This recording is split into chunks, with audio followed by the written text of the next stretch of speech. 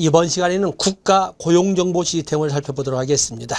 국가 고용정보 시스템을 관리하는 것은 한국고용정보원이 되겠습니다.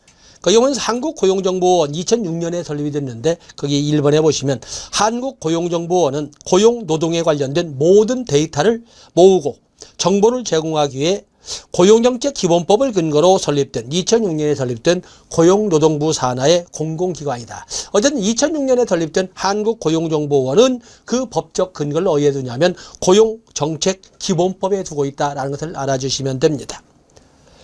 그래서 거기 보시면 3번에 한국고용정보원은 AI와 빅데이터 기술을 활용하여 개인별 맞춤형 경력 기반 지원, 개인별 맞춤형 경력 개발 지원, AI 일자리 매칭 등 전국민이 이용할 수 있는 맞춤형 고용 서비스를 제공한다. 그렇기 때문에 한국고용정보원에서 많은 정보, 직업에 관련된 일자리에 관련된 정보를 제공하더라도 핵심은 맞춤형이죠. 개인별 맞춤형 일자리. 그래서 맞춤형이라는 단어가 이제 2번이나 반복되지 않았습니까? 그래서 맞춤형 고용 서비스를 제공한다.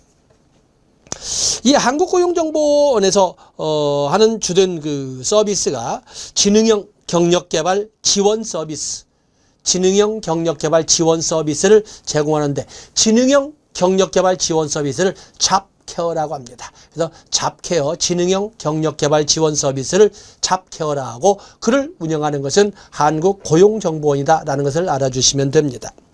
거기 잡케어 띄어쓰기가 있군요. 거기 잡케어는 개인의 생애주기, 잡케어는 개인의 생애주기에 따른 경력 개발을 체계적으로 지원하기 위하여 직무 역량 분석을 통한 경력 개발 로드맵 및 직업 상담에 필요한 시장 정보, 추천 정보를 제공하는 AI 기반입니다. 이 AI가 그래서 지능형이죠. AI 기반 지능형 경력개발 지원 서비스다. 그래서 한국고용개발원이 고용정보원이 제공하는 서비스인 지능형 경력개발 지원 서비스의 기반은 AI라는 것을 꼭 알아주셔야 됩니다. AI가 되겠습니다. 뭐 앞에 그 과정들 쭉 설명했습니다만 처음에 시작한 것은 2021년도에 6개 고용센터를 시범적으로 운영하는 것이 시작이었습니다만 오늘날에는 이 잡케어 지능형 경력개발 지원 서비스, 지능형 경력개발 지원 서비스인 잡케어는 2023년 3월부터는 누구나 이용할 수 있도록 고용24를 통해서 쉽게 접근할 수 있도록 조정해놨습니다. 그 때문에 여기 나오는 한국고용정보원이 제공하는 지능형 경력개발 지원 서비스는 고용24에 접근해 보시면 쉽게 누구나 접근할 수 있고 그로부터 제공받을 수 있는 핵심적 정보나 정보 서비스는 바로 개인별 맞춤형 서비스가 되겠습니다. 거기 보시면 개념도가 나와 있지요. 그래서 여기 보시면 지능형 경력개발 지원 서비스, 지능형 경력개발 지원 서비스를 우리는 이것을 잡케어라고 부르는데 한국고용정보원에서 관장을 합니다. 그래서 지능형 경력개발 지원 서비스를 잡케어라고 하는데 이 주관 부처는 한국은 고용노동부 산하에 있는 공공기관인 한국고용정보원에서 주관을 한다.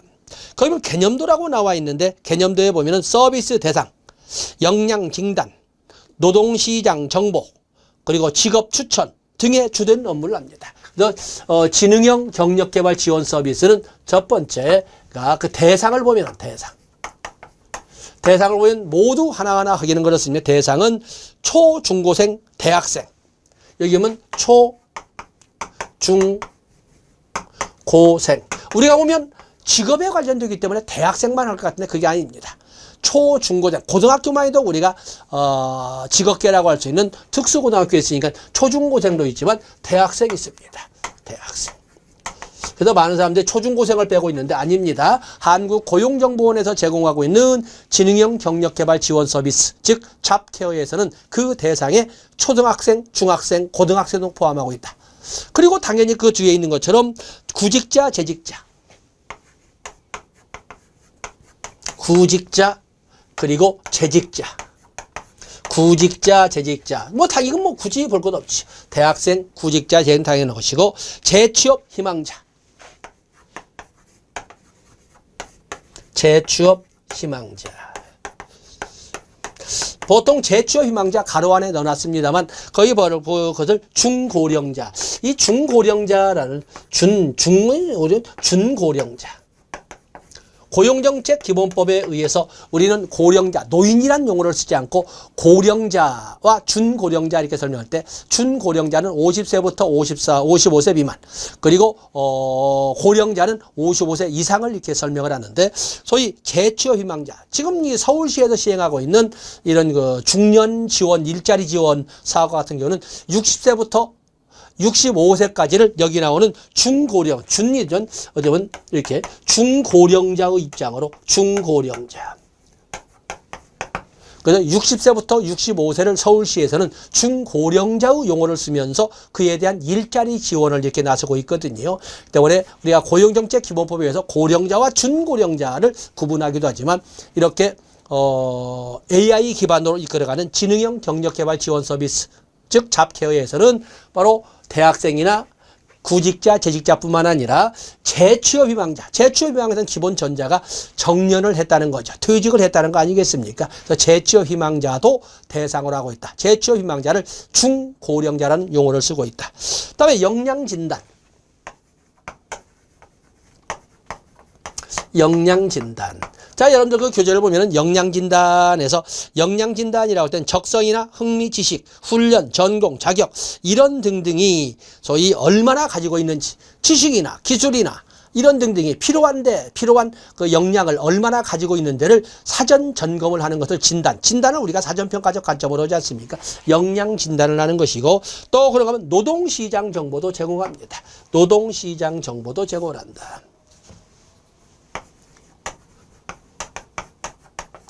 땅 정보도 제공을 한다.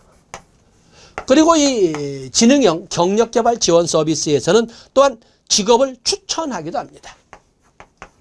직업을 추천하기도 한다. 그래서 이 특히 뭐 대상은 여러분들이 초, 중, 고생도 대상으로 한다. 소위 지능형 경력개발 지원 서비스의 대상은 초, 중, 고등학생도 포함되어 있다. 그리고 주된 업무는 역량 진단, 그리고 노동시장 정보 제공, 그리고 직업 추천을 주된 정보로 하고 있다. 거기에 보시면 여기 다양한 용어도 같이 쓰고 있는데 그 박스 안에 개념으로 해서 유치를 위에다 올려놓고 있습니다만 여기 보는 것처럼 다양한 개념들, 그런 이 개념은 특히 노동시장 정보론을 통해서 노동시장론을 통해서 주로 출제가 되고 있습니다만 우리에게도 가끔 출제가 되기 때문에 참고자료로 포함을 시켰습니다. 그 중에 여러분들이 특히 거기 취업률과 실업률을 꼭 구분해 주셔야 됩니다. 취업률과 실업률을 구분해 주셔야 된다. 우리는 생산인구,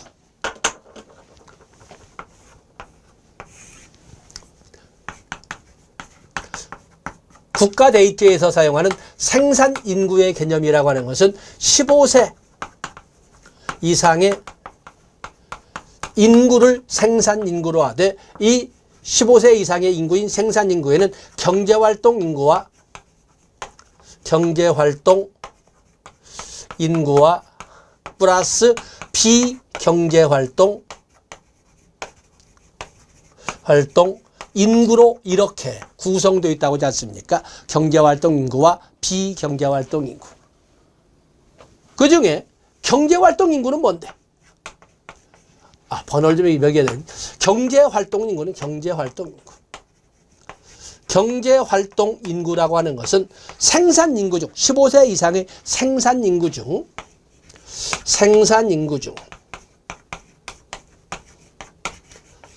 근로의 의사와 근로의 능력을 모두 갖춘 자로서 근로의 의사와 근로의 능력을 모두 갖춘 자를 말하되 여기에는 재직자보단 우리가 얘기한다면 용어로 한다면 취업자와 실업자로 구성되어 있다라고 이렇게 설명을 합니다. 적어도 경제활동 인구라고 하기 할 때 우리가 취업자, 실업자라고 할 땐 근로의 의사와 근로의 능력을 모두 갖춘 자로서 재직자의 입장은 취업자라고 불러주는 것이고, 그에 비해서 근로의 의사와 근로의 능력이 있는데도 불구하고 일자리를 갖지 못한 것은 실업자라고 호칭을 하는 것입니다. 그러면은 생산활동 인구에 있어서 경제활동 참가율이라는 것이 나오는데, 자, 쓰지 않겠습니다. 그런데 경제활동 인구 다 정리했죠. 경제활동 인구라는 계산, 생산 인구수 분의 경제활동 인구수 곱하기 100으로 계산합니다. 그러면 경제활동 인구수는 취업자와 실업자로기 때문에 생산 인구수 분의 취업자 플러스 실업자로 계산하되 100분율로 곱하기 100해서 계산하는 것이 경제활동 인구율이 되겠습니다. 경제활동 참가율이죠. 그런데 그 중에 실업률이라고 하는 것은 분모가 다른 거죠. 실업률이라고 하는 것은 경제활동 인구수분의 실업자 수 곱하기 100으로 계산합니다. 여기에서 우리가 함정이 나오는데, 취업률은 그럼 어떻게 계산하는데? 취업률은 실업률과는 계산이 다릅니다. 실업률은 경제활동 인구수분의 실업자 수로 계산을 하지만 취업률은 그러지 않아요.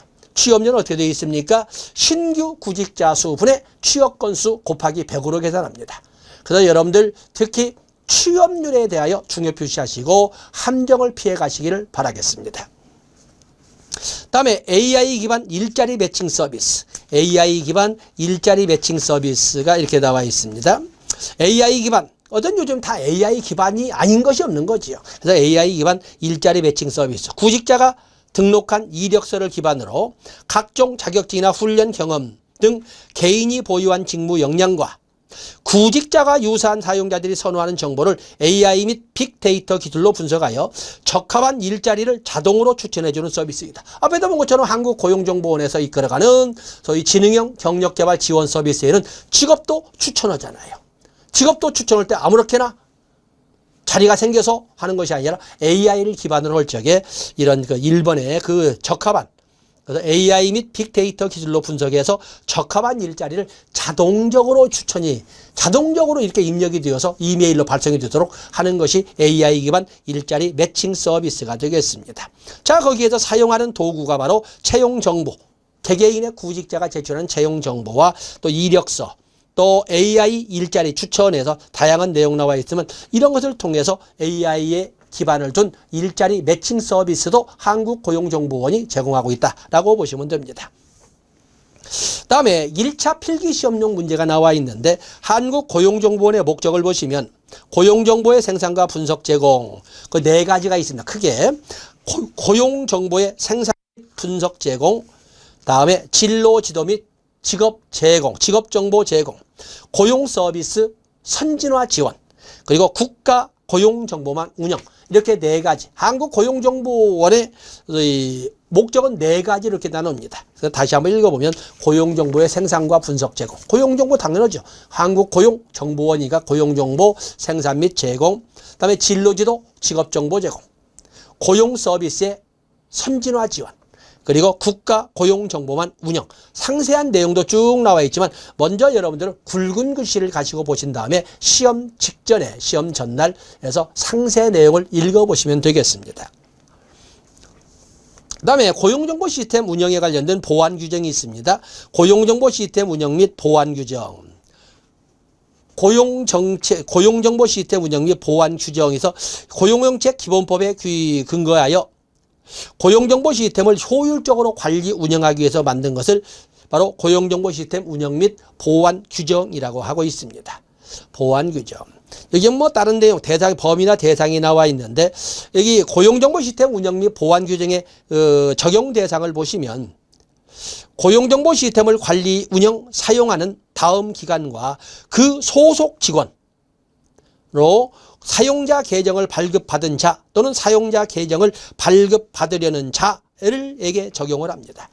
그래서 사용자 계정을 발급받은 자나 사용자 계정을 발급받으려고 하는 자를 대상으로 하되, 기본 원칙의 소속은 고용노동부와 소속기관, 고용노동부 산하기관, 또 고용노동부 협력기관, 고용노동부의 사용허가를 받은 외부기관, 등을 원칙으로 하되 그의 소속 직원으로 사용 정보 소속 기관으로 바로 소속 기관으로 사용자 계정을 발급받은 자나 사용자 계정을 발급받으려고 하는 자를 대상으로 하는 것이 고용정보 시스템 운영 및 보안 규정이 되겠습니다.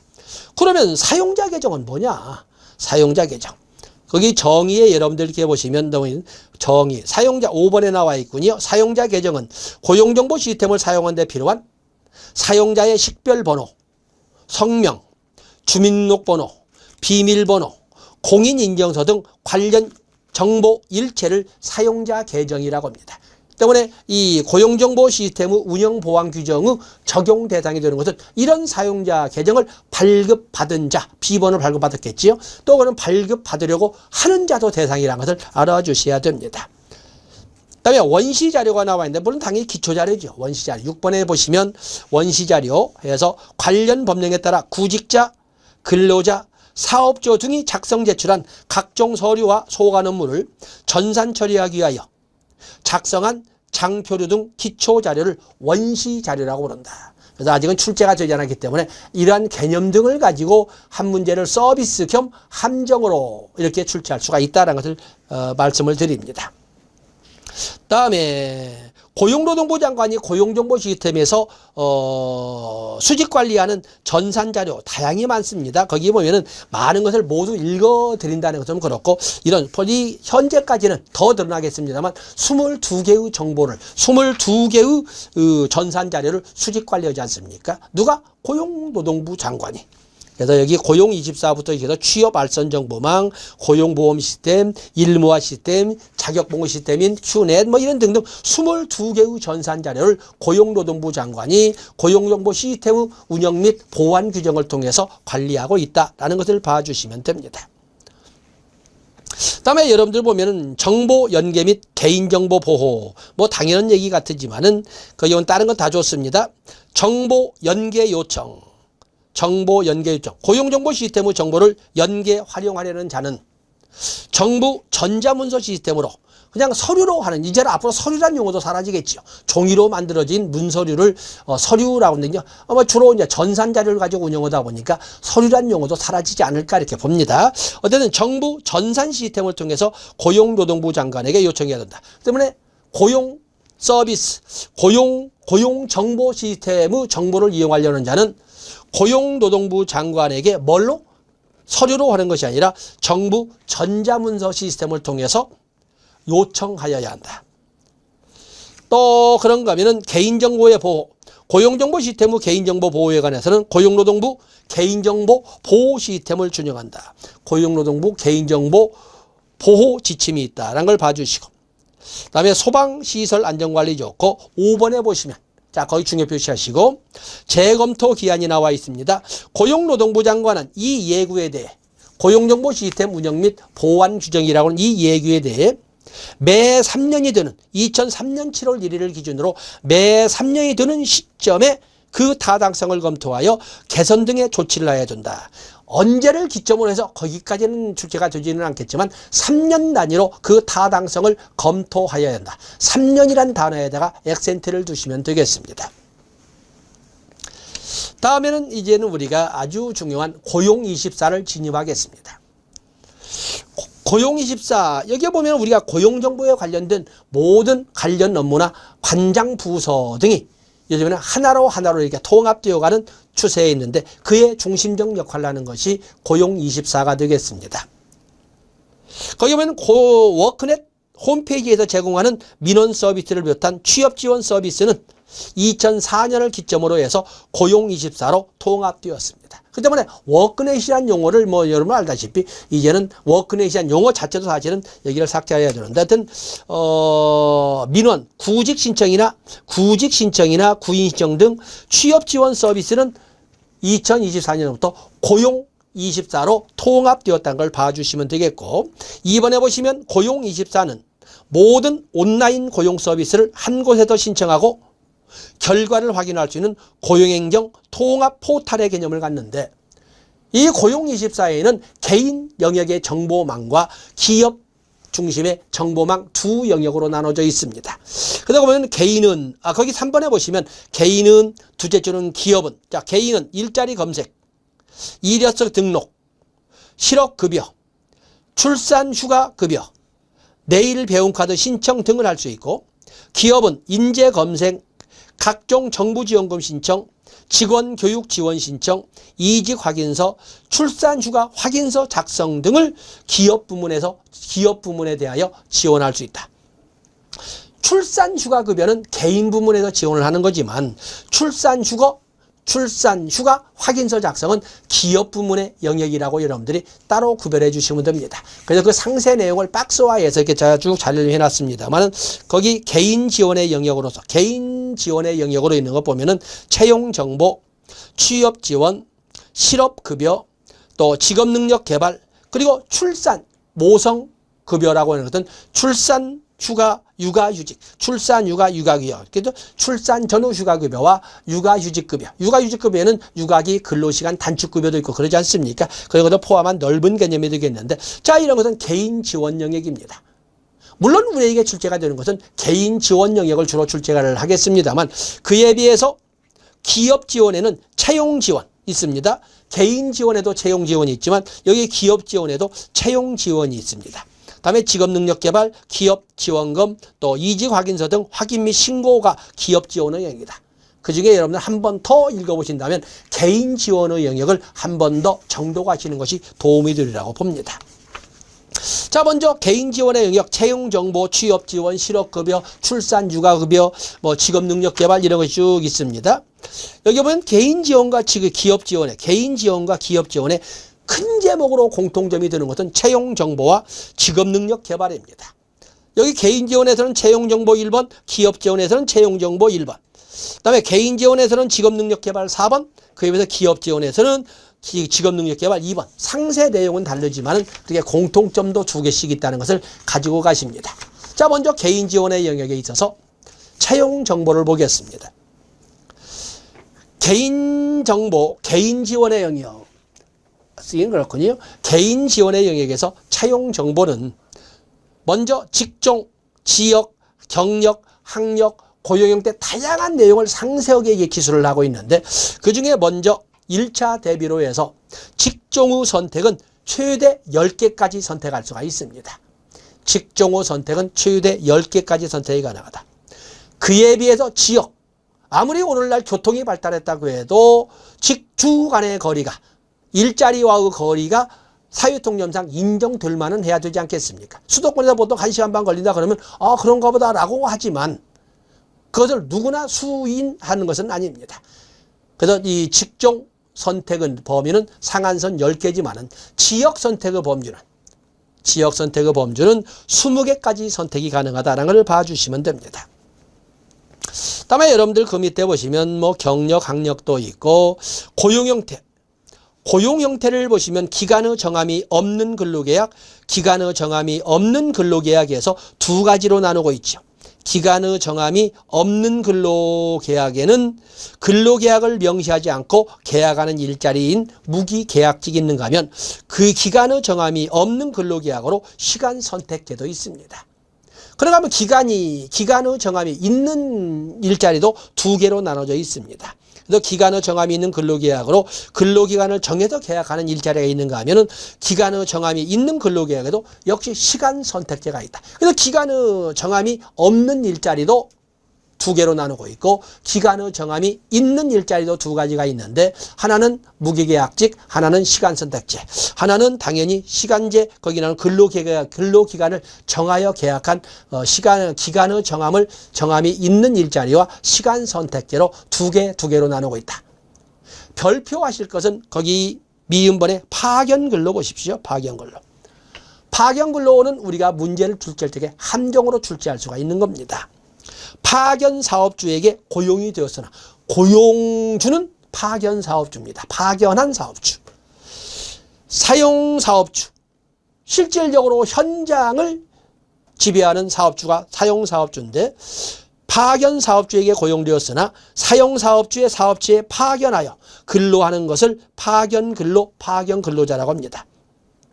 임금이나 신분상의 고용계약은 파견 사업주의 관리를 받지만 임금이나 신분상 고용계약은 업무상 현장에서 업무상 지시나 명령은 사용자의 사용사업주의 지배를 받게 된다. 사용업체의 지배를 받게 되는 근로 형태를 파견 근로라고 한다.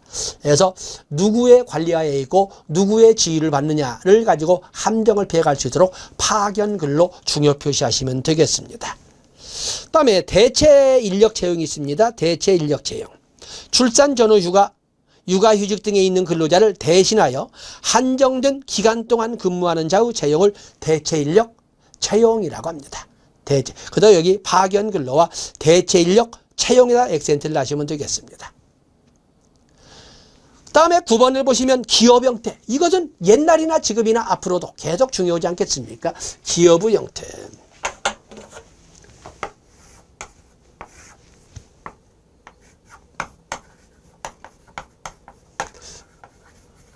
기업의 형태를 보면 우리는 첫 번째 대기업이 나왔기 때문에 대기업이기 때문에 중소기업도 있지 않겠느냐라고 하는데 미리 선행학습을 한다면 대기업은 있으나 중소기업은 없습니다. 그다음 여기 보시면 대기업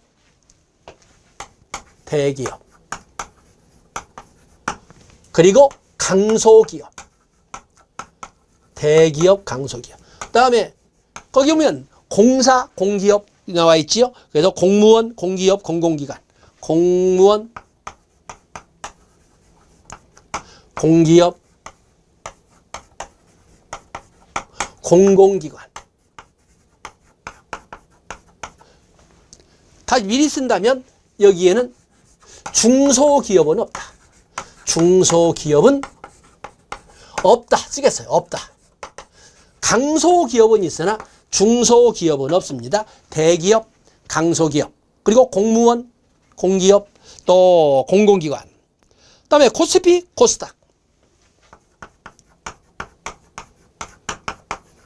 코스닥. 그리고 중견기업. 중견기업. 또 그런가 하면 그 외국계 기업, 일학습 병행기업, 벤처기업, 청년 친화 강소기업, 가족 친화 인증기업. 어제는 너무 많이 적었습니다만 언제나 나올 수 있는 것은 중소기업을 자꾸 언급을 하는데 소위 여기에는 고용24의 채용정보에서 제공하는 정보에는 중소기업 정보는 없다. 강소기업은 있다. 또 강소기업도 그냥 강소기업과 청년친화 강소기업이 있다. 라는 걸 봐주시면 되겠습니다. 다음에 거기 보면 채용 구분 상용직, 일원직, 근무 형태 쭉 나와 있죠. 다음에 기타 복리후생, 장애인 채용 이왕 이런 등등의 정보를 제공하고 있는 겁니다. 자, 다른 것은 너무 상세히 가니까 자, 오른쪽에 여러분들 남바 19번 채용 정보의 19번을 보면 고용상 연령 차별 금지 및 고령자 고용 촉진에 관한 법률이 시행됨에 따라 채용 정보에서 연령은 삭제되었습니다. 그래서 어떠한 채용 정보에서도 연령을 언급하지는 않습니다. 이제는 연령, 옛날에는 물론 현장에 가면 그래도 역지사지 해보시면 이렇게 말을 하지만 공개적으로 연령 상한선은 언급하지 않습니다. 법으로 이미 연령 하한선 15세 이상, 생산 인구가 15세 이상이기 때문에 15세 이상은 법으로 규정되기 때문에 언급하고 말 것도 없지만 연령 상한선으로 몇 살까지만 이렇게 설명하지는 않습니다. 자, 거기다 중요 표시하시면 됩니다. 또 취업사기. 요즘 보면은 캄보디아 범죄 문제로 인해서 취업사기, 인맥취업, 소개비, 투자유도, 신용보증금, 다단계, 특히 여기 인맥취업이나 투자유도나 다단계 이런 것들이 여전히 존재를 하고 있고 그게 먼저 캄보디아 사건과 같이 연결되어 있지 않습니까? 다음에 채용정보에는 채용정보 상세검색으로 이런 상세한 내용도 있지만 테마별 채용관도 있고 테마별 채용관에서 새로이 언급되고 있는 것이 거기 보시면 기업 유형별, 정부 인증기업, 든든한 복지, 경험 경력별, 직종 직군별, 지역별 추천도 있지만 자, 여러분들은 7번, 8번 사회기여형과 공공참여형에다가 중요 표시하시면 됩니다.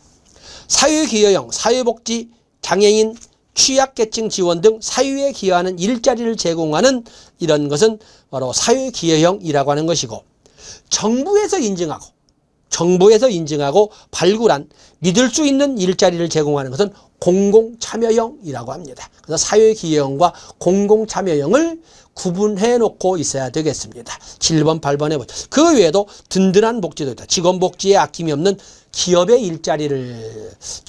일자리를 제공하는 든든한 복지도 있다. 다음에 정부 인증 기업이 있지요. 정부가 정책별 모범으로 선정된 기업의 일자리 제공함으로써 많은 것이 있는데 굵은 글씨만, 작은 글씨까지 여러분들에게 요구하지는 못하겠습니다.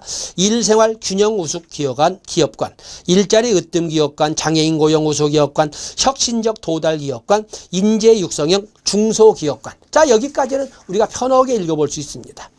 그런가 하면 아까 기업의 종류에서 가족 친화 인증기업이 나온 것처럼 가족 친화 인증기업도 있고 또 강소기업이 두 가지가 있었죠. 강소기업과 청년 친화 강소기업. 그래서 7번에 강소기업관, 10번에 청년 친화 강소기업관.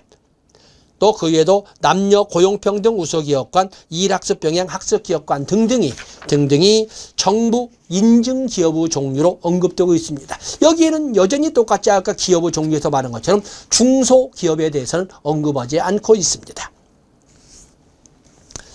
다음에 워낙 많이 출제가 되어서 많이 보셨겠습니다만 4차 산업혁명이 있지요. 4차 산업혁명. 4차 산업혁명이란 첨단 정보통신기술이 경제사회 전반에 융합되어 혁신적 변화가 나타나는 차세대 산업혁명 채용관이다. 차세대 산업혁명 채용관이라고 하면서 사실은 이미 운영되고 있다고 보지 않겠습니까? 그래서 여기 보면은 고용24에 보면은 4차 산업혁명의 신직업으로서 4차 산업의 신직업으로서 이렇게 15개를 제시를 하고 있습니다. 사물인터넷, 뭐 다 들어보신 것이 있지요. 사물인터넷, 인공지능, 빅데이터, 또 가상 증강현실, 현실이지요. 다음에 생명과학, 정보보호, 로봇공학, 자율주행, 또 스마트팜, 한영공학, 또 스마트 헬스케어, 3D 프린팅, 또 드론 산업, 소프트웨어, 그리고 환경 친화적 신재생에너지, 이런 영역들을 4차 산업혁명 이후 신산업으로 이렇게 제시를 하고 있고, 당연히 여기 나오는 신직업에 대해서는 정부적 차원에서, 국가적 차원의 적극적 지원이 있다는 것을 알아주시면 됩니다. 다음에 통합기업정보가 역시 태용정보에 나와 있는데, 기업명, 지역, 업종, 규모, 규모는 대기업, 규모에는 대기업, 중소기업, 중견기업이 있습니다. 거기에 통합기업정보, 거기 체크하십시오. 통합기업정보에서는 규모를 가지고 대기업, 중소기업, 그리고 중견기업을 제시합니다. 우리는 사지선다행이니까. 다음에 인증기업을 보면 인증기업, 강소기업을 앞에서 보신 것처럼 강소기업에 대해서는 강소기업과 청년친화 강소기업이다. 여기는 앞뒤로 바꿔져 있지요. 또 그러면 가족친화 인증기업, 사회적 기업 등으로 쭉 있습니다만 인재 육성형 중소기업도 있다는 것을 출처 놓으시면 됩니다. 인재 육성형 중소기업도 있다. 그래서 여러분들이 정부 인증기업으로 앞에서 한번 읽었던 내용 중에 인재 육성형 중소기업도 있다는 것을 같이 떠올려 보시면 됩니다. 다음에 우리가 채용정보에서는 아주 마무리 단계라고 할 수 있는 면접이 있습니다. 이 면접 전략에 대한 정보도 제공하고 있습니다. 면접 전략이 있습니다. 면접, 지원자의 적합성을 다방면으로 파악하기 위한 과정을 면접이라고 합니다. 면대면 관계를 통해서 구인자가 구직자에게 요구하는 바를 파악하는 이런 과정을 면접이라고 하지 않습니까? 거기 보면 기역, 니은, 디귿에서 인성, 직무 적합성, 조직 적합성의 핵심을 두고 구직자에게 알아보고자 하는 것을 파악하는 절차를 면접이라고 하고 있습니다. 그래서 인성, 직무 적합성, 조직 적합성 당연히 출제가 되는 거죠. 가지고 가십니다. 또 그런가 하면은 면접의 기본이라고 해서 이렇게 나와 있는데, 물론 앞에서 보면은 인재상 파악에 의해서 뭐 전문성이나 도덕성, 창의성, 또 조직 적합성에 관련된 팀워크도 중요하고, 그런가 하면 조직 자체로 그 개개인의 요구하는 도전정신 중요하죠. 그래서 거기 기역, 니은, 디귿, 리은, 민도 보시되 거기 면접의 기본에 하나의 함정이 있습니다. 면접의 기본을 보시면 단정한 복장, 헤어스타일, 밝은 표정, 바른 자세, 끝까지 주의 깊게 듣고 정확히 답변을 다 할 수 있습니다. 그런데 리을반 두갈식으로 간략하게 답변하자. 우리는 논리학적 접근으로 본다면 어떻게 대답을 해도 논리적으로 대답을 할 수 있는가? 연역적 접근이 있고 귀납적 접근이 있지 않습니까? 연역적 접근이라는 것은 먼저 큰 틀, 하나의 보편적으로 적용될 수 있는 보편적 원리나 법칙을 먼저 답으로 제시하고, 왜냐하면 이란 단어를 붙여서 첫째 이것 때문에, 둘째 이것 때문에, 셋째 이것 때문에 그렇다라고 해서 먼저 그 개괄식으로, 두갈식으로 합니다. 그에도 귀납법이라는 것은 먼저 하나하나의 첫째 이런 문제가 있고, 둘째 이런 문제가 있고, 셋째 이런 문제가 있고 하기 때문에, 그러므로 이제 그 답은 그러므로 해서 일반 논리로 가는 확장지향적 답변을 하는 것은 귀납법이라고 하는데, 여기 보면 두갈식이라는 것은 연역적, 먼저 큰 틀로 대답을 하고, 만약에 큰 틀로 하고 귀납식으로 작은 것 하나하나를 가지고 먼저 시작하면 아 됐어요 라고 대답도 하기 전에 끝내버릴 수가 있거든요.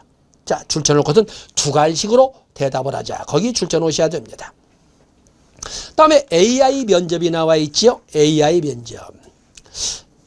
거기 보면 AI 면접에 대한 다양한 내용을 쭉 설명을 했습니다. 직무능력 중심의 채용 경향과 언택트 면접의 필요성이 확대되면서, 그래서 비대면, 요즘 보면 면접을 우리가 면접 그러면 면대면 관계 속에도 그러지만은 이제는 화상 면접이라든지 꼭 만나야만 면접이 되나? 이렇게 되지 않습니까? 근데 소위 언택트 면접의 필요성이 확대되면서 AI 면접의 비중이 굉장히 높아지고 있습니다. 그래서 거기 보면 AI 면접은 2번에 인공지능을 활용해 지원자의 역량을 평가하는 기술이다. AI 역량 검사라고도 한다. 또 3번에 보시면 셋째 줄 AI 면접은 질의응답뿐만 아니라 게임, 자기보고 문항 등의 방법도 함께 활용한다. 우리가 포트폴리오라고 하는 것처럼 AI 면접에서는 눈앞에서 말하는 것만 가지고 면접을 하는 것이 아니라 그동안에 쌓아놓은 당신의 자료를 한번 봅시다 라고 통해서 이렇게 소위 다양한 게임이나 자기보고 문항 등의 방법을 함께 다양한 방법을 각자 활용한다. 4번에 보시면 AI 면접 또는 AI 역량 검사라고 하는 것은 기존의 검사와는 달리 둘째 줄 AI 면접은 다양한 측정 방법을 이용해서 개인의 특성을 파악한다. AI 면접은 5번에 보시면 무의식적 반응을 분석해서, 자, 여기가 함정이죠. 우리가 적어도 면접 그러면 상당히 이성적이고 합리적이고 냉철한 분석을 통해서 면접이 이루어질 것 같은데, 거기 보면 AI 면접은 5번입니다. 게임을 수행하는 과정에서의 무의식적 반응을 분석하여 지원자의 본질적인 역량을 체크한다. 무의식적 반응을 분석하여 거기다 줄쳐 놓으셔야 되겠습니다. 또 그러면 7번에 보시면 AI 면접은 지원자의 다양한 역량을 과학적이고 객관적으로 평가하기 위한 개인의 행동적 특성부터 심리적 경향성까지를 파악하는 프로그램을 활용한다. 그렇기 때문에 안팎의 내 외면의 모든 것을 파악할 수 있다는 특징이나 장점을 가진 것이 AI 역량검사라고 하는 AI 면접이 되겠다. 그러면서 8번 별도의 문제 나와 있지요. AI 면접의 영상을 통한 AI 면접, 언택트지요. 영상을 통해서 면접을 하기 때문에 AI를 이용한 면접 영상평가 요소를 보면 비주얼이라고 하는 표정, 그다음에 버벌이라고 하는 단어 분석, 그다음에 보컬이라고 하는 음색도 있습니다. 목소리 좋은 것도 큰 장점이에요. 그런가 하면 바이탈이라고 하는 맥박, 얼굴 색깔이 얼마나 뻔뻔스럽게 그 위기에 있어서도 변함이 없이 이렇게 면접에 임하느냐라고 하는 소위, 그래서 면접 영상 평가 자료에는 비주얼, 버벌, 보컬, 바이탈 4가지 당연히 나옵니다. 가지고 가셔야 됩니다. 다음에 화상 면접 보면 당연히 언택트 채용에 대한 관심이 커지면서 AI 면접뿐만 아니라 조금 전에 위에서 본 것처럼 화상 면접의 현실성이 현실화되어 있지 않습니까? 그래서 화상 면접은 주로 보면은 노트북이나 2번에 보시면 태블릿 PC, 스마트폰 등의 장비를 통해서, 보통 모바일을 통해서 이렇게 하지요. 그래서 통해서 지원자가 원하는 장소에서 1대1 또는 다수의 면접관과 질의응답 방식으로 면접이 이루어진다. 때문에 보통 노트북이나 타블릿 PC, 모바일은 너무 이제 화면이 작아서 그렇습니다만 할 수 있고, 또 화상 면접의 가장 큰 차이점은 기존의 대면 면접과의 차이점은 3번에 보시면 노트북이나 스마트폰을 통해 영상으로 대면한다는 것이다. 당연하죠. 화상 면접이니까. 그래서 이 화상 면접에 대해서 다양한 길이 있지만 2번과 3번을 좀 더 좀 길게 자세히 읽어서 여러분들이 도움을 받았으면 좋겠습니다. 거기 보시면 5번의 화상 면접은 대면하지 못해 생기는 시각적 제약으로 인해 면접관은 답변 내용에 더욱 집중하고 꼬리 질문을 많이 하게 되는 경향이 있다. 직접 면대면 관계에서는 우리가 프로빙이라고 하는 것처럼 심층 질문, 탐색 질문, 추가 질문을 할 수 있지만 그러지 못하기 때문에 소위 화상을 통해서 만난다는 그걸 가지고 자꾸 시비를 거는 경향이 있다라는 말을 이렇게 소위 답변 내용에 자꾸 신경을 쓰면서 꼬리에 꼬리를 무는 질문을 하는 경향이 있다는 것도 같이 알아봐 주시면 되겠습니다. 자, 이 시간은 여기까지 하고 다음 시간에 고용24에서 아주 중요한 영역인 직업심리검사부터 진입을 하도록 하겠습니다. 고맙습니다.